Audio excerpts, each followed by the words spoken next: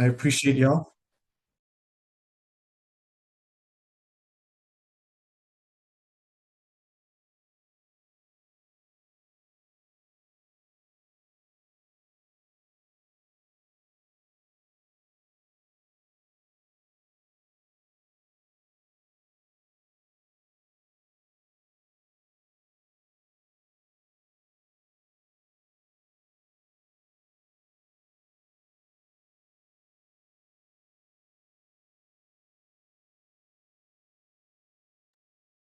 Hello, good afternoon, everyone, and thank you all for joining us. I'm Minnesota State Representative Fu Lee, and I serve as the co-chair for the Council of State Governments Midwestern Legislative Conference Fiscal Affairs Forum.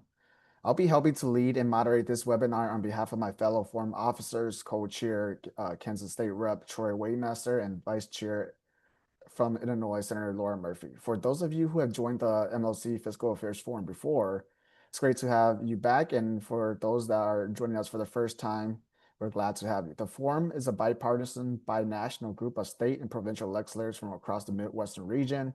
The Midwestern Legislative Conference and forums like this one aim to provide learning opportunities for legislators, legislative staff, and any other interested parties, while encouraging interstate dialogue and information sharing in a nonpartisan fashion. Before we start, I'd like to remind everyone that this webinar is being recorded, and both the recording and presenter slides will be available on CSG Midwest website. We will wait to answer questions until all the presentations are completed, but you are welcome to type your questions into a Q&A feature as you think of them. With that, let's get started. Our first presentation in recent years, states across the region and beyond have considered and in some cases passed major reforms of their property tax systems or new laws to provide property tax relief. In some states, there are proposals to repeal the property tax altogether. Today, we will hear from two leading experts on state tax policy, and we appreciate them taking the time to lend their knowledge and perspectives. Together, they will provide an overview of property tax systems and share their insights into practical policy approaches available to legislators. Our first speaker this afternoon is Jared Wozak, who served as Vice President of State Projects at the Tax Foundation. He's the lead researcher for the Foundation's annual State Business Tax Climate Index and has co-authored tax reform guides for various states, including Iowa, Kansas, and Wisconsin. He previously served as legislative director to a member of the Senate of Virginia and as policy director for a statewide campaign. He has consulted on research and policy development for several candidates and elected officials. Today, Jared will lead us through how these tax systems work and the current state of the property tax. Jared, the floor is yours now. Well, thank you so much. I'm going to share my screen, so if you will just bear with me for one moment as I do that.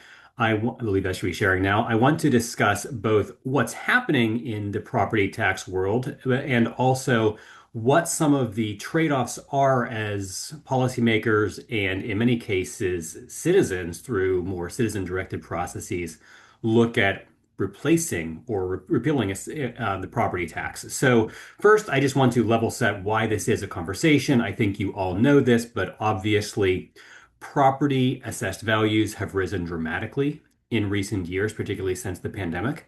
Even when you adjust for inflation, you see assessed values up on average about 27% nationwide. In some parts of the country, it is much more than this. There are states where they've functionally doubled and communities where they have doubled. So, understandably, you have a lot of homeowners who, if they have not seen significant reductions in mill levies and the rates of property tax in their jurisdictions, feel that this is incredibly unfair, that they've seen this appreciation in value, but are they getting double the services? Why are they paying so much more? And I think that's an understandable reaction.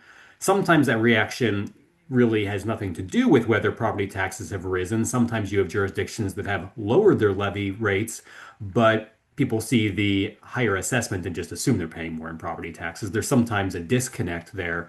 But there are, I think we need to acknowledge people who are paying way more now than they used to, and they're upset.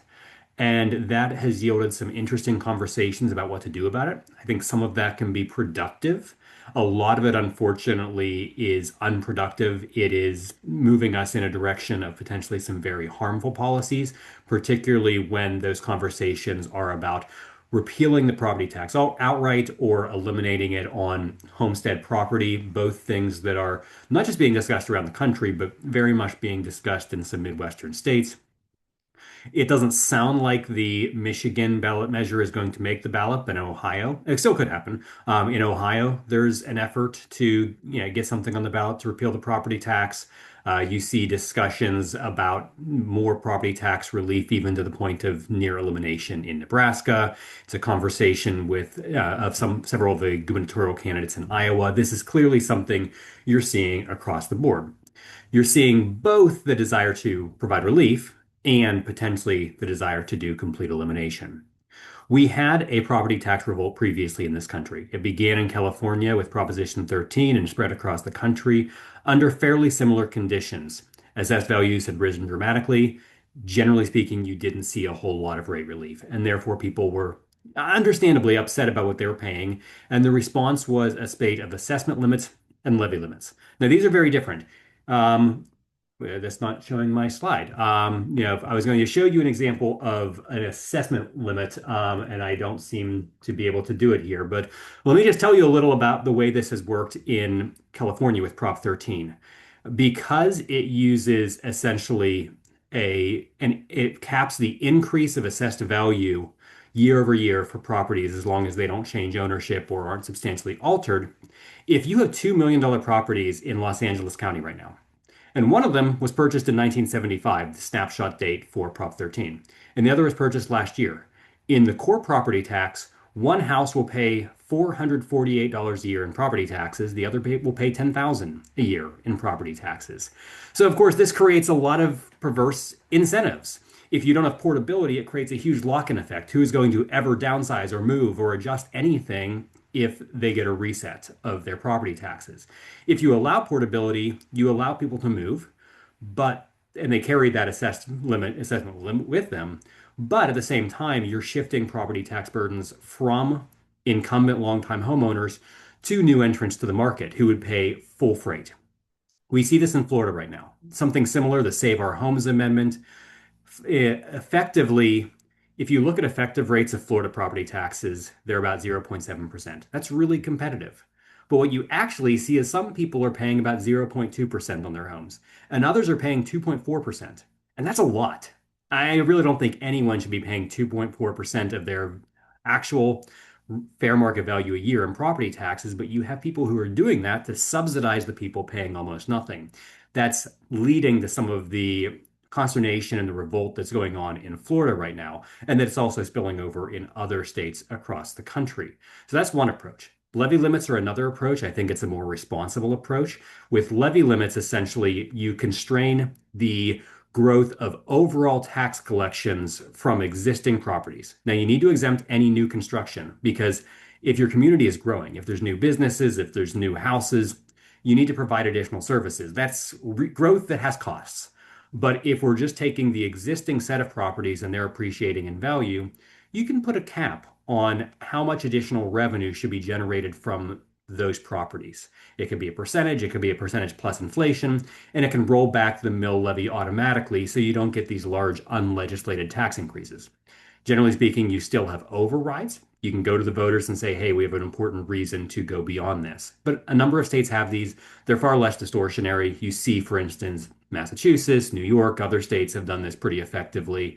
It's an option out there for states that want to provide relief, but don't want to hurt future housing construction, don't want to harm newer or younger homeowners, and don't want that extreme non-neutrality of two identical houses paying such radically different rates in the same jurisdiction.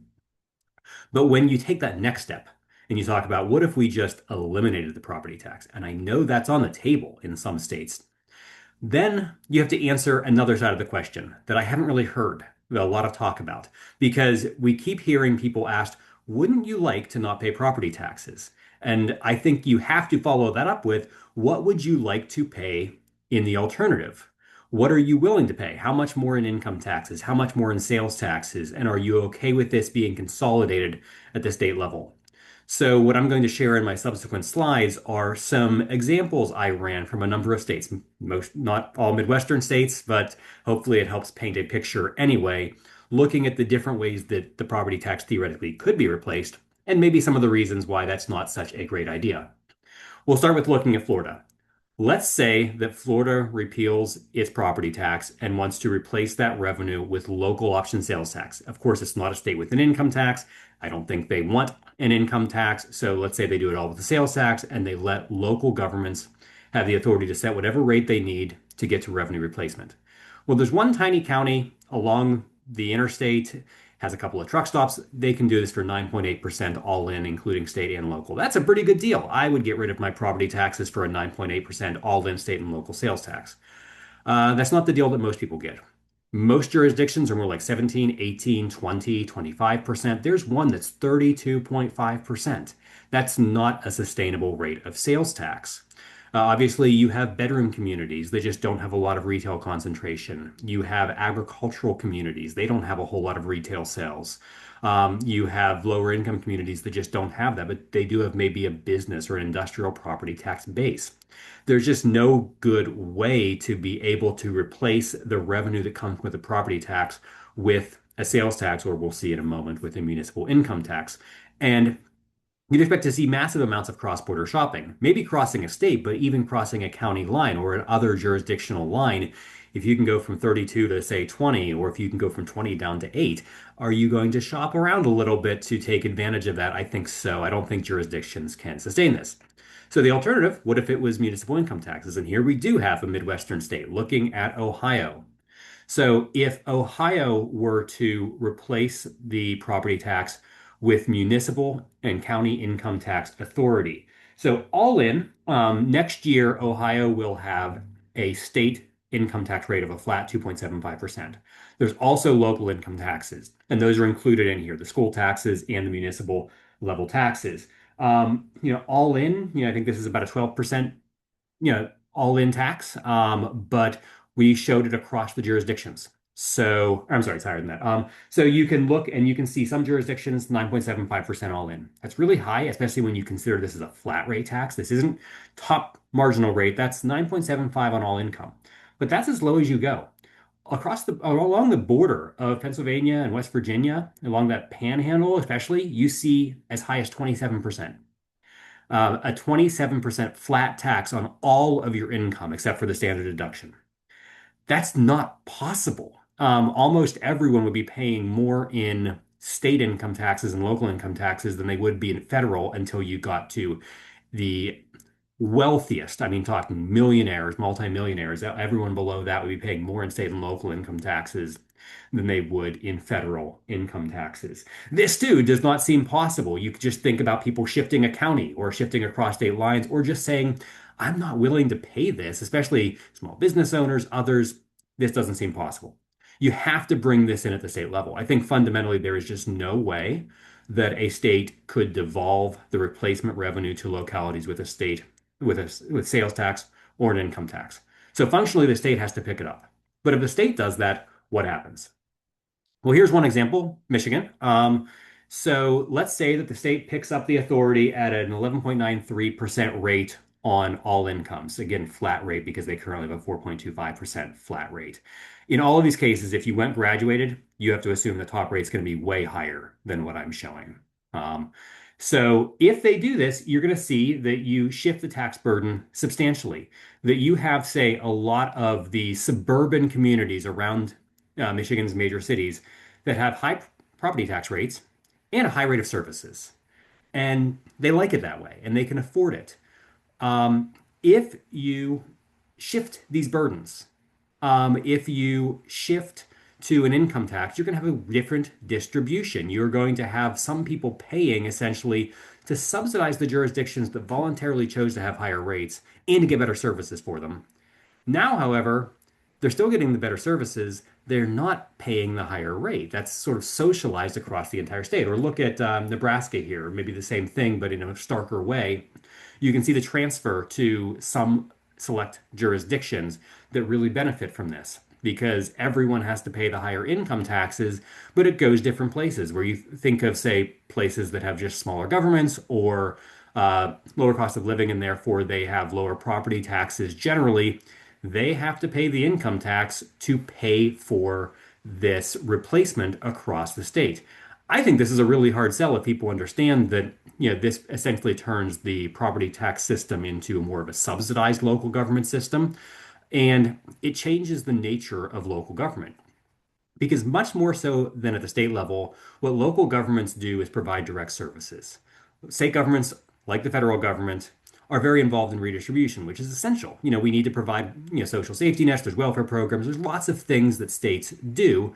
Local governments do that a little bit. But for the most part, local governments are providing services that we all use. And there's a very direct feedback mechanism between local residents and their local government on the size of government they want, how much they're willing to pay for it in taxes, and just the quality of those services. And this severs that link dramatically. That governments at the local level no longer have control of their finances, that the state's deciding that for them. There's a path dependency where those with perhaps higher taxes and higher receipts in the past get them in perpetuity, regardless of what changes there are in the composition of the state in the future, regardless of where the growth is, regardless of how much you're paying in taxes. That's, I think, really hard to accept. Of course, there's different ways that the state could send this money out. They could, I'm assuming in these examples, just basically backfill, take the final year's property tax collections and replace that for each jurisdiction and probably put it on some sort of adjustment path. Maybe you adjust it for inflation. Hopefully, you at least adjust it for inflation and population. Because if you don't adjust for population, what are you doing? You're actually encouraging jurisdictions to shrink. That the smaller you are, population and businesses, the more money per capita you get. And the more you grow, the less you can afford to provide for those residents. So, this is like the ultra NIMBY proposal if you're essentially not adjusting for population. But I would argue, even if you're making that adjustment, it doesn't really account for the costs of new growth. That often that new growth is going to be more expensive. It's going to require new infrastructure, new services. Just a population adjustment plus inflation is still going to fall short of what jurisdictions would otherwise get. So it still is a disincentive for growth. Maybe not at the same level as no adjustment at all, but it's encouraging jurisdictions to shrink, for their economies to stagnate rather than for them to grow. To me, that seems like a terrible policy. And you can see just how much population growth varies across a state. You can't assume that it's just going to grow in concert across a state. And then property tax revenue is just very different from county to county. And you have to ask the question, is it okay to use state revenues to replace this much variation across a state? And what does it mean if you do that? Of course, you don't have to do the replacement mechanism that I specified. You could use a different formula. You could, for instance, piggyback on your school funding formula or any other formula you create. But if that happens, we have an immediate disconnect where some jurisdictions will get a windfall. They're collecting way more in replacement revenue than they used to. Good for them, I guess. But that, of course, means that someone else, probably a lot of someone else's, are getting way less than they did previously. And they don't really have a mechanism to address that other than shrinking their government substantially, maybe very substantially. If your revenue is down 30% because your school funding formula doesn't say you need it, and that's how you're getting this now, are you going to be able to shrink government by 30%? If your residents say, we don't want that, we'd rather pay taxes to cover this, they don't actually have a say in that anymore because the property tax is gone. There might be some other small levers that you can pull, but you can't replace that much revenue. Again, that massive disconnect between what the voters, taxpayers may actually want and what they will be able to get. So to me, this immediately puts jurisdictions into crisis, or at least some of them, if you use anything other than a direct replacement of revenue for all of its flaws. And then, of course, in the long run, there's the question, will the state continue to provide this at those levels? If there's a recession, if state revenues decline, if there needs to be belt tightening somewhere, of course, local governments aren't immune to belt tightening. If a recession hits, you have to do it through your own revenues, although the property tax is more stable and has a slower adjustment than many other sources of revenue. But you can control that. You can go back to your voters. in a way that you may not be able to. You may just not have that ability to get your state government to play ball on that, particularly if a handful of jurisdictions have much worse outcomes than others. So it's a centralization of authority, but in an odd way, because you're not centralizing the spending. You're only centralizing the revenues, and that's really hard to make work. The incentives are just completely misaligned. Uh, Local, voters and taxpayers are kind of just taken out of the picture. You're also going to a less efficient tax. Every tax has trade-offs. When we think about, say, income taxes, a lot of people will say we like the progressivity of them, but they might also acknowledge they're just a little harder on economic growth than, say, a sales tax or a property tax. The property tax, there's a lot of reasons why people don't like it, and I acknowledge those, but it has some really good things. It is the most economically efficient of your major taxes. It has less distortion of behavior, less adverse impact on growth than just about anything else you can put out there. It's pretty stable. It's reliable. Those are good things. That's why we have a tax mix, because you can't get everything you want with any particular tax. But the property tax is a hugely important part of that tax mix. And to take it out and push it all onto something else means less economic growth. It means less stability in revenue streams. It means centralizing a lot of the authority. And if you do let local governments handle this, I just don't know how you possibly set the rates to make it work. If you do it at the state level, all of the consequences of centralizing that and redistributing it, um, for completely local spending. So to me, this is all fairly unrealistic. And I think that if policymakers and voters saw the whole picture, it would not be terribly popular. My concern is they're not always seeing the whole picture, especially where there's ballot measures.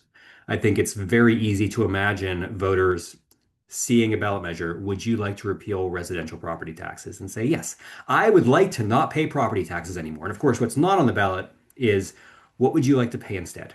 Because some of these measures leave that as an exercise to the legislature in the next year. And to me, that's just astonishing that we could just cut out the primary source of tax revenue for local governments and then say we'll figure out the details later. If this is worth doing, it's worth figuring out how to do it. I would argue it's not worth doing, that all of the alternatives are far worse than the problem. We can reform property taxes. We can make them better. We can put in better circuit breakers. We can put in levy limits where that's appropriate. There are things we can do to address legitimate grievances, because some of these grievances are legitimate, especially in certain states.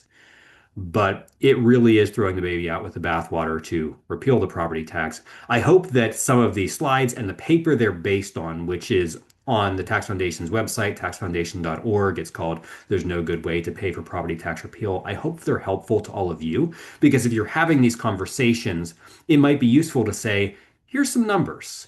If in this state you repeal the property tax, you're going to have a 16% sales tax. You're going to have a 15% income tax, flat income tax. Is that a good trade? So we're hopeful that's helpful. And I know that we have a lot of other things to get through, and I want to make sure there's plenty of time for Adam. So I will leave it there. Thank you very much for your presentation, Jared. Our second presenter is Adam Langley, Associate Director of Tax Policy at the Lincoln Institute of Land Policy. His work centers around state and local public finance. He has authored dozens of publications on property tax relief programs, business tax incentives, and the charitable property tax exemption and nonprofit payments in lieu of taxes. Adam regularly speaks with policymakers and researchers, and he previously worked in the New York State Assembly. Today, Adam will cover some of the policy approaches available to legislators in reforming the property tax. Thank you so much, Adam, for joining us. The floor is yours.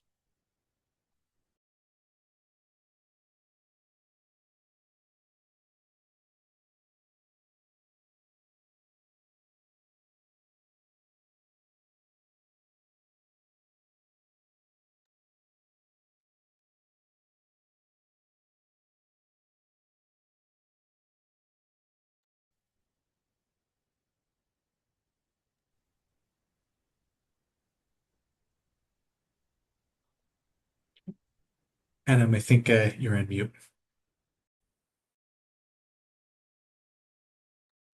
Sorry about that. I had exited. Yeah. Anyways, nice to be here with you. Also, let me go ahead and share my screen again.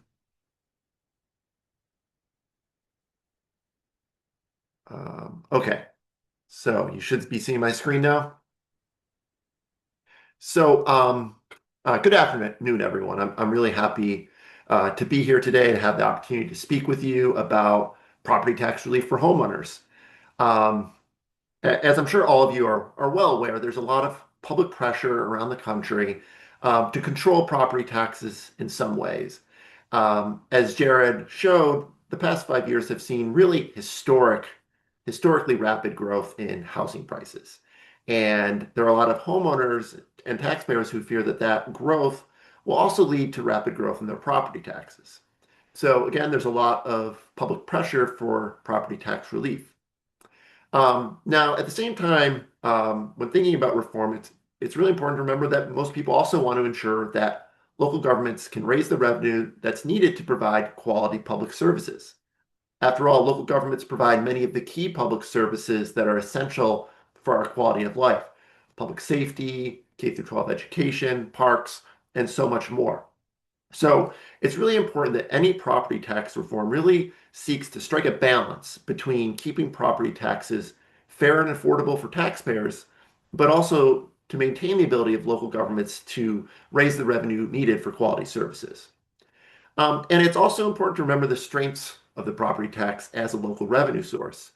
Um, the property tax is a very stable revenue source over the business cycle. During recessions, you usually see sales and income taxes decline significantly, while property taxes hold up much better.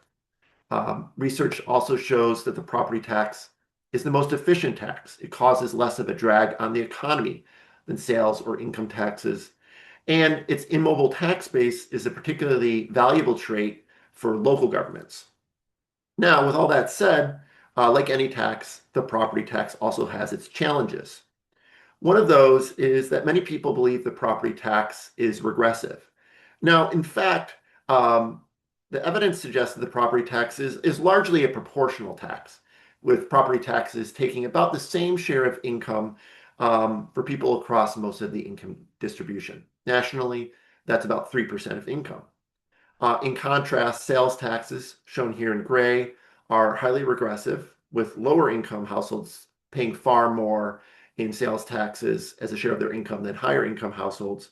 And then, of course, income taxes are more progressive. And another challenge with the property tax is that it's not directly tied to people's ability to pay the tax. In particular, there are concerns about seniors on fixed incomes, people who lost their jobs, and low-income people in areas with rising home values. Fiscal disparities are a challenge for any local tax. I think Jared's analysis really highlights that point. Regardless of the tax, poorer communities may struggle to fund adequate services even with high tax rates, while wealthy communities can get by with much lower tax rates. And volatility in tax bills is another potential problem with the property tax. Now, the good news is that there are proven options to address all of those challenges. But big picture, it's critical to design programs carefully to target specific concerns with the property tax and to avoid overly broad measures that can lead to excessive revenue losses and other unintended consequences. Now, I've been working on property tax issues for over 15 years and recently published a major report on property tax relief for homeowners, which is freely available on the website of the Lincoln Institute of Land Policy. And in that report, we evaluate more than a dozen common approaches to property tax relief. We review them and we recommend a package of policies that together will promote an efficient and equitable property tax system. And today, I'm going to outline the 5 main recommendations based on that research. Our first recommendation is to implement quality assessment practices with regular revaluations. Accurate assessed values are truly the foundation of a fair property tax system. Without them, property taxes are going to be distributed in an arbitrary and unfair manner. And to get accurate assessments, what do you need? You need regular revaluations, ideally annual adjustments, at least every 2 or 3 years. You need modern valuation techniques, state oversight of and assistance to local assessing officers, and you need an effective appeals system. Now, some people get nervous about updating assessments out of a fear that higher assessments will lead to higher tax bills. But really, that should not happen. When property values rise, it's important that local governments reduce their tax rates, and if they do that, property tax bills will remain stable. Now, with that said, research shows that the extent to which local governments actually adjust their property tax mill rates in response to changes in assessed values varies widely across the country. In some states, changes in assessed values have almost no impact on property tax bills, while in others, an increase in assessed values will lead to a nearly one-to-one increase in property taxes. So the extent to which that mill rate offsetting occurs varies widely, with many states in between those two extremes. The second recommendation in our report is to provide adequate state aid to local governments. State aid is really the only way to offset fiscal disparities between poorer and wealthier communities and to ensure that all local governments can provide adequate services at affordable tax rates. But it's also important to recognize increasing state aid is often thought of as a way to reduce local property taxes as well.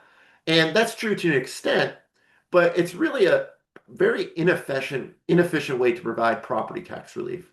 If you want to provide property tax relief, rather than doing an across-the-board increase in state aid, the focus should be on a state-funded property tax relief program, which is a far more efficient way to provide property tax relief. And that leads to our third recommendation, which is to provide targeted and cost-effective property tax relief with circuit breakers and deferrals. So let me explain how those programs work and why we recommend them over other types of property tax relief programs. So first are circuit breakers. And the goal of these programs is to provide relief to prevent households from being overburdened by property taxes, just as an electric circuit breaker prevents a circuit from being overloaded by electric current. Circuit breakers target property tax relief to households paying the highest share of their income in property taxes, seniors on fixed incomes, workers who lost their jobs, and so on. Now, the term circuit breaker is used to describe many different types of programs, but in our report, we are using a more precise definition. Specifically, circuit breakers set a threshold percentage of income that property taxes must exceed before tax relief is available, and then the circuit breaker benefit offsets property taxes above that level. And in the Midwest, Michigan's homestead property tax credit is probably the best example of circuit breaker. And to see how a simple circuit breaker works, let's consider 5 hypothetical households. Before tax relief, their property tax burdens vary widely. On the left-hand side, you have someone paying 2% of their income in property taxes, and on the right-hand side, you have someone paying 10%. But now, let's say there's a 5% threshold circuit breaker. After the circuit breaker benefits are accounted for, nobody pays more than 5% of their income in property taxes. Property tax relief kicks in to offset any tax liability exceeding that 5% threshold. So, for example, home number 3, which had been paying 6% of their income in property taxes, now receives a circuit breaker credit to offset 1 percentage point of that tax burden. So again, the circuit breaker really targets tax relief to households who had faced the heaviest property tax burdens. Another promising approach for property tax relief are deferrals. With these programs, homeowners can apply to defer payment of their property taxes until the home is sold or the owner passes away. At that point, the full amount of deferred taxes are due, typically with interest added. So deferrals directly address the liquidity problem faced by homeowners who are housing rich but income poor, by allowing them to tap their home equity to pay their current property taxes. Basically, the programs work similarly to reverse mortgages, but they usually have lower interest rates and significantly lower fees. And eligibility for deferrals is typically restricted to low-income seniors, and a good example in the Midwest is the Illinois Senior Citizens Real Estate Tax Deferral Program. Now, of course, there are several other options for providing property tax relief, and they all have their pros and cons. homestead exemptions are the most common type of relief program. They work by exempting a certain amount of assessed value from taxation, which in turn reduces the amount of taxes owed on a property. And most jurisdictions exempt a fixed dollar amount from taxation, and that approach will provide relatively larger tax savings to lower income households and thus make the property tax distribution fairer and more progressive. Now, some states exempt a fixed percentage of value from taxation, such as a 20% exemption, but this approach is less common and does not really make the property tax distribution any fairer. With that said, the Midwest is unusual in that it does rely more on percentage exemptions. So for an example, I'll go outside the region and highlight Texas. Earlier this month, voters approved a large increase in their state's homestead exemption, increasing it from a $100,000 exemption to a $140,000 exemption, with an even larger increase for seniors. Homestead credits are similar to exemptions, but they reduce tax bills directly rather than reducing taxable values. So, for example, a state could provide a $200 property tax credit for all homeowners. And one advantage of a flat dollar tax credit, like a $200 credit, is that they provide relief without creating an incentive for higher tax and spending levels. And that is not the case for homestead exemptions and most other types of property tax relief. And one notable example here is North Dakota, which this year increased its primary residence from $500 to $1,600. That was really one of the most significant property tax changes in the country this year. Income-based homestead credits are another approach, and they tie the amount of relief to applicants' incomes, with credits decreasing as incomes increase.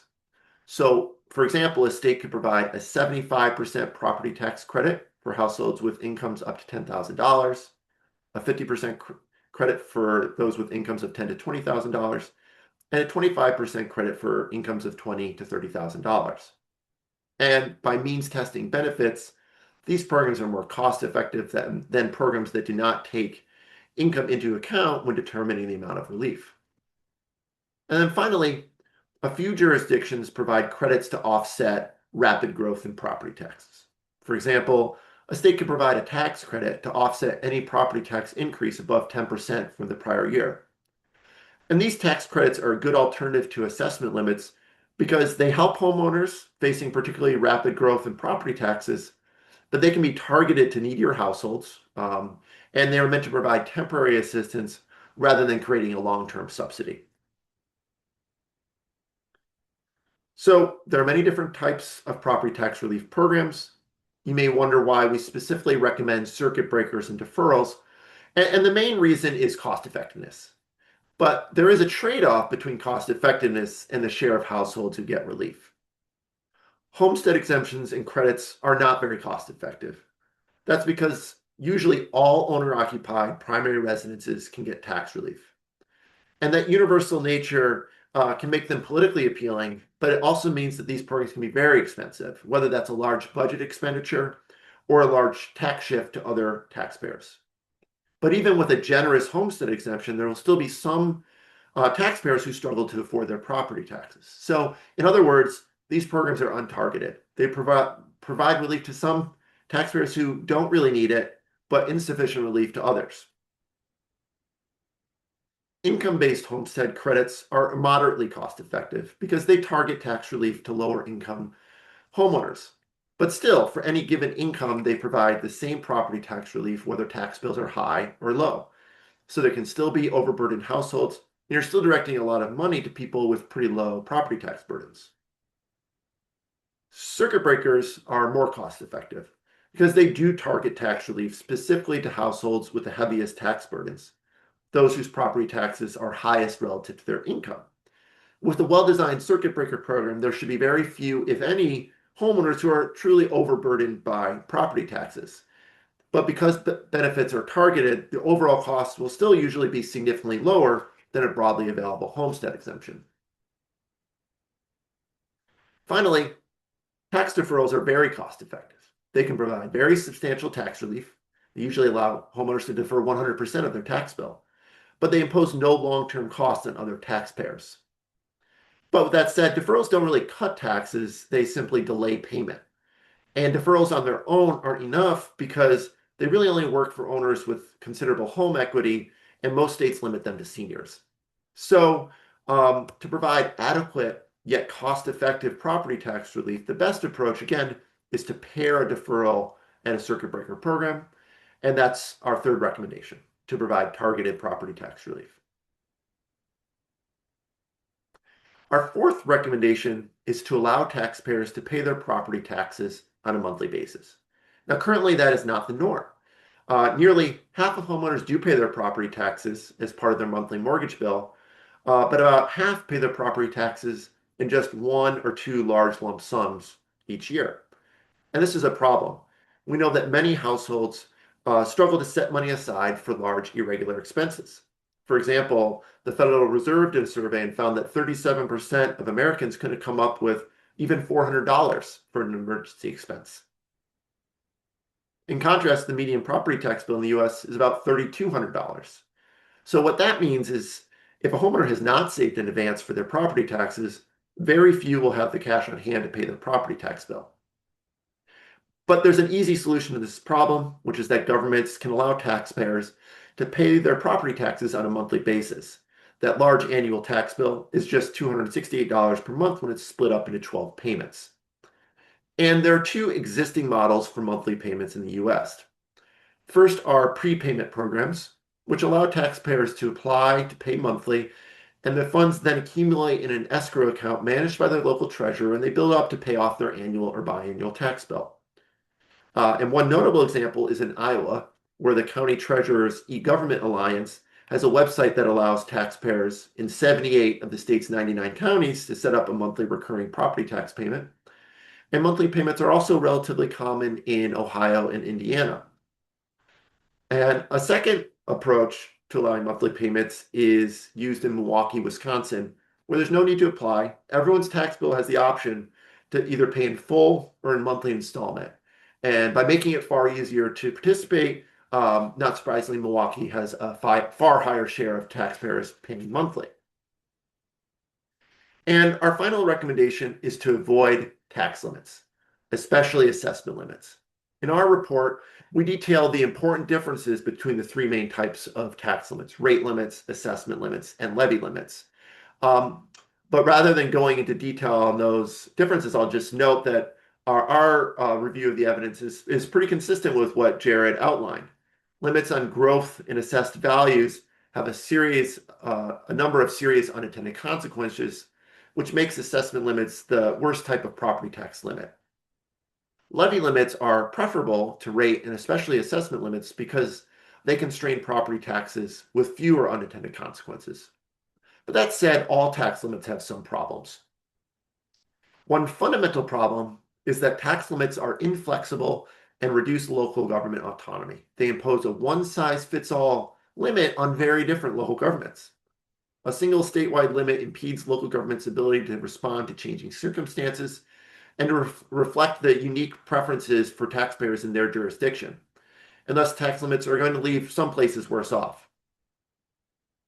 Research also shows that many property tax limits change the revenue mix for local governments, reducing reliance on the property tax, which is generally a stable revenue source, while increasing reliance on less reliable revenue sources. There's also evidence that more restrictive tax limits can erode the quality of public services. For example, several studies have found that tax limits are associated with lower test scores in schools. And as noted, assessment limits have particularly serious unintended consequences. So again, there's a lot of research showing the downsides of tax limits. Fortunately, there's a similar type of alternative that can constrain property taxes without these unintended consequences. Truth in taxation measures, also called full disclosure, are meant to provide silent tax increases, which can occur when rising property values produce higher tax revenues without any change in the official tax rate. These laws set requirements that local governments must meet to raise property tax revenue. They often require that the local governing body votes on any increase in property tax revenues, even if the mill rate is left unchanged.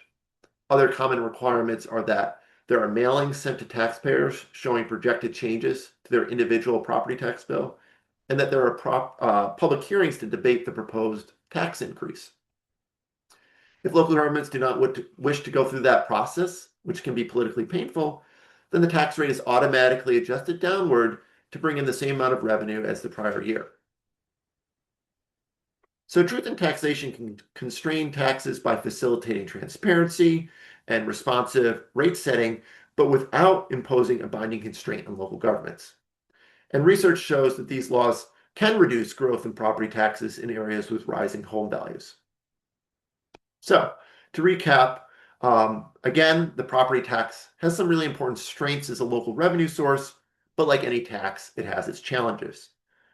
Fortunately, there are policy options available to address all those challenges.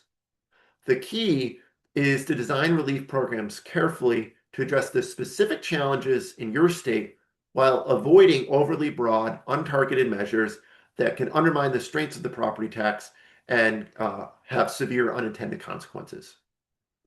And our research yielded 5 key recommendations to promote an equitable and efficient tax. The first is to implement quality assessment practices with regular revaluations. Second is to provide effective state aid to ensure that fiscal disparities are addressed. Our third recommendation is to provide targeted and cost-effective property tax relief with circuit breakers and deferrals. And as a reminder, circuit breakers provide relief when property taxes exceed a threshold percentage of income. And deferrals allow homeowners to delay payment of their property tax until their home is sold or inherited. Our fourth recommendation is to allow homeowners to pay their property taxes on a monthly basis. And the final recommendation is to avoid tax limits, especially assessment limits. A better approach is to use truth in taxation to constrain property taxes.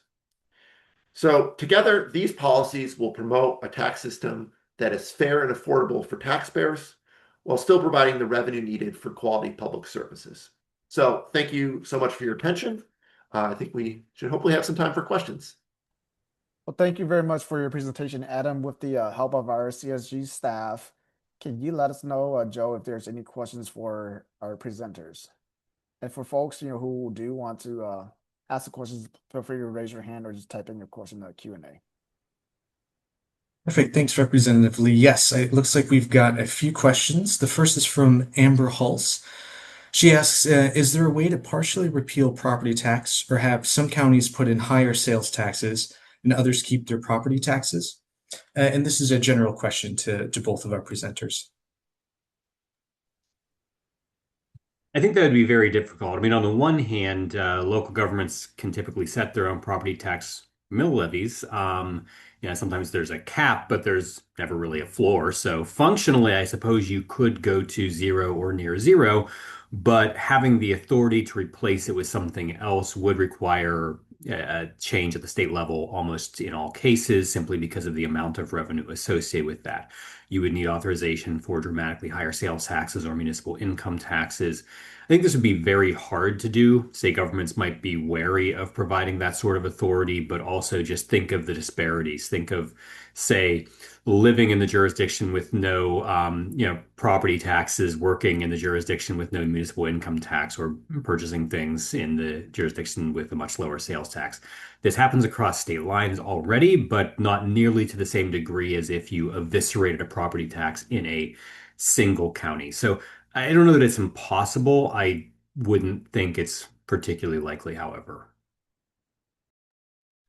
I think that is an accurate assessment, but I would also just, make the obvious point that in general, allowing greater local revenue diversification, giving local governments access to a broader range of revenue sources and allowing them to impose higher tax rates could give local governments, more say in, dialing up a sales or income tax, dialing down property taxes.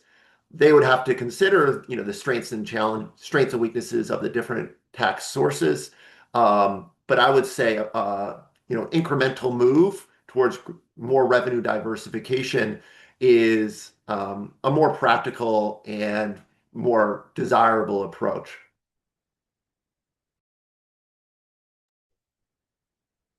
Wonderful. Thank you both. We have another question from an anonymous attendee.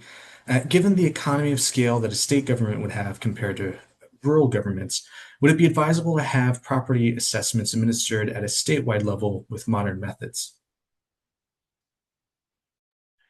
I'll go ahead and answer that question because I just saw a presentation 2 weeks ago at the National Tax Association on this very point that showed that just to step back, there are really two states, Maryland and Montana, where assessment is done at the state level.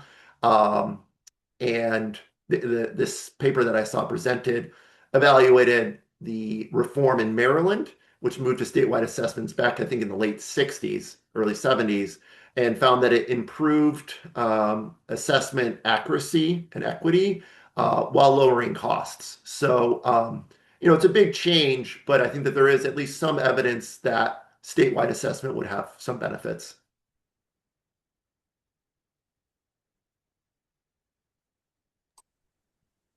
We have another anonymous question, I think just general for both speakers. Is a limit on year over spending by local governments or local schools an option to provide property tax relief? What are the pros and cons to imposing local spending caps?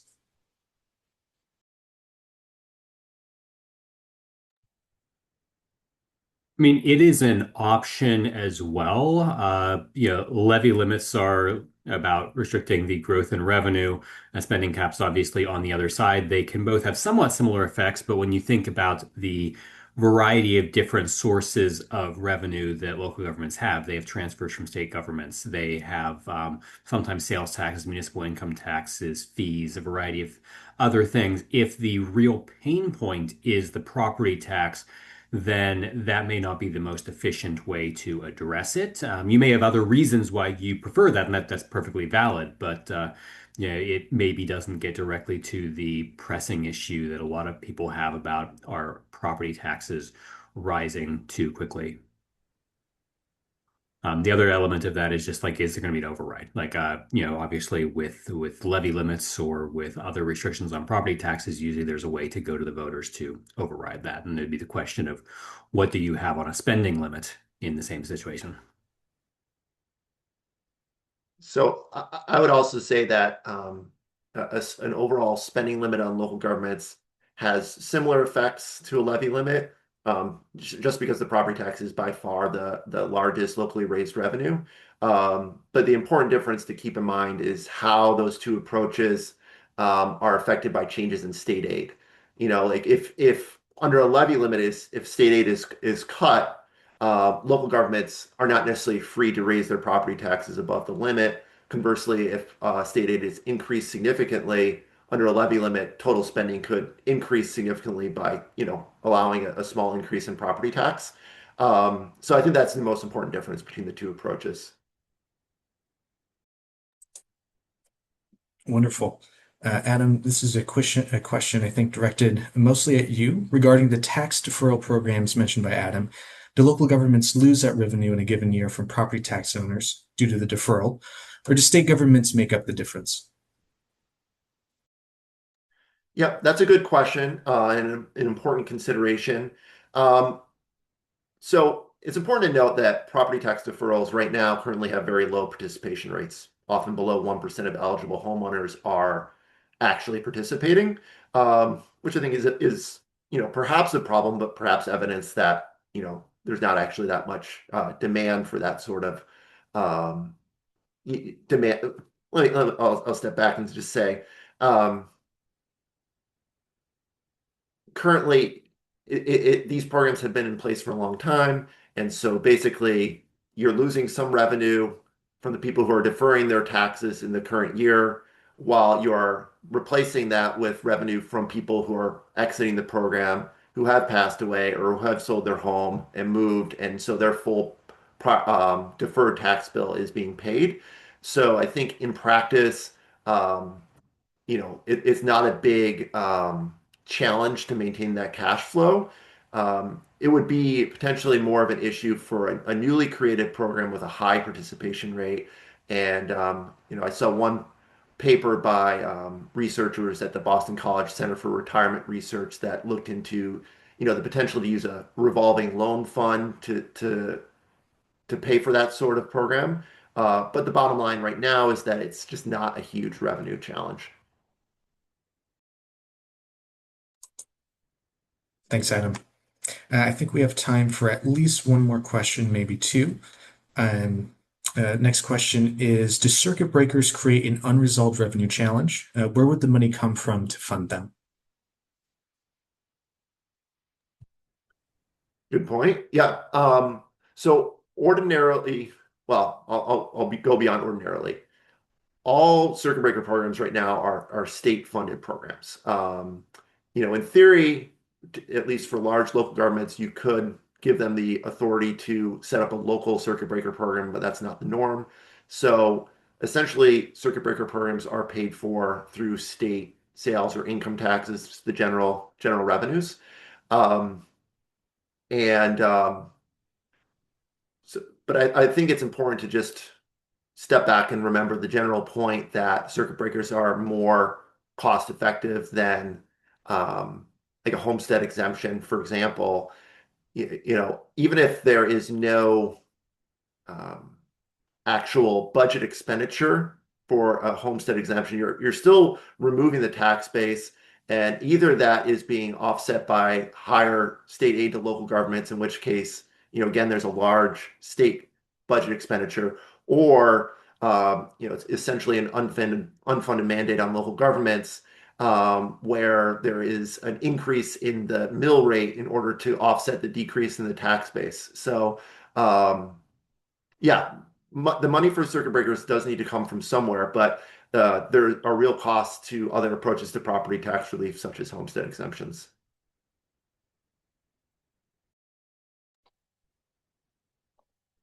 Wonderful. Just looking at the time here, I think we have time for one more question. Trying to take them as they come in. I see one here asking previously your organization released their use assessment on rural lands to audit CAUVs and tax the land is developed. And I think it was asking within that, why isn't the concept being considered to bolster tax revenues right now? That's a good question. And the Lincoln Institute has done prior work on use value assessment, but I really have not done that work, and I can't speak to the question. If the person wants to follow up with an email, I'd be happy to connect him or her with the right person.